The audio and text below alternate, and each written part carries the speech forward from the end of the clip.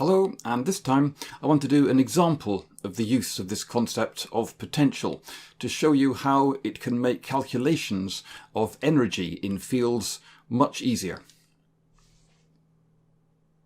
And the example I've chosen is to work out how much energy it takes to climb Mount Everest. Now, I haven't proven this yet, so you'll just have to take my word for it for now, but you can assume that the gravitational attraction of the entire solid body of the Earth is equivalent, from the point of view of anybody outside the Earth, to a single point mass with a mass equal to the mass of the entire Earth at the very centre of the Earth.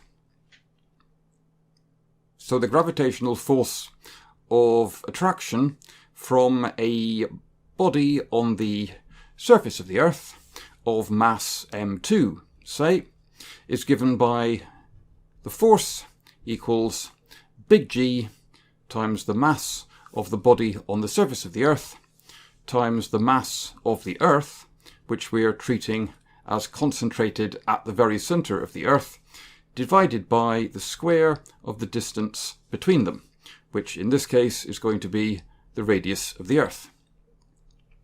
Now, you'll notice that the force is a function of the distance. So if we were going to try and move this mass up to the top of Mount Everest, the force is going to be changing as we move the mass up there. So we cannot just take the force and multiply it by the distance through which we're moving the mass, because the force will be changing all the time that we're moving it. We would have to do an integration of force over distance. An integration is difficult. But the use of this concept of gravitational potential can make our life a lot easier. The gravitational potential is the amount of energy it takes to move a mass from infinity, somewhere over here. That's about as far as I can put it and still get it on the sheet of paper. Infinity to the point. Now, if we can work out how much energy it takes to move from infinity to the surface of the Earth, and how much energy it takes to move from infinity to the top of Mount Everest, then the difference between those two energies must be the energy that it takes to move an object from the surface of the Earth to the top of Mount Everest. And we've got a formula now for gravitational potential. It's this one. The gravitational potential is minus big G times the mass of, in this case, the Earth, divided by R, just R. And that's the energy required to get a 1 kilogram mass, a unit mass, from infinity to a point R away from M1. So, the energy required to get from infinity to the bottom of Mount Everest, sea level, would just be minus G M1, where M1 is the mass of the Earth, divided by R1, where R1 is the radius of the Earth. And the energy required to get the 1 kilogram mass from infinity to the top of Mount Everest would be minus G M1 over R2, where R2 is the distance from the centre of the Earth to the top of Mount Everest.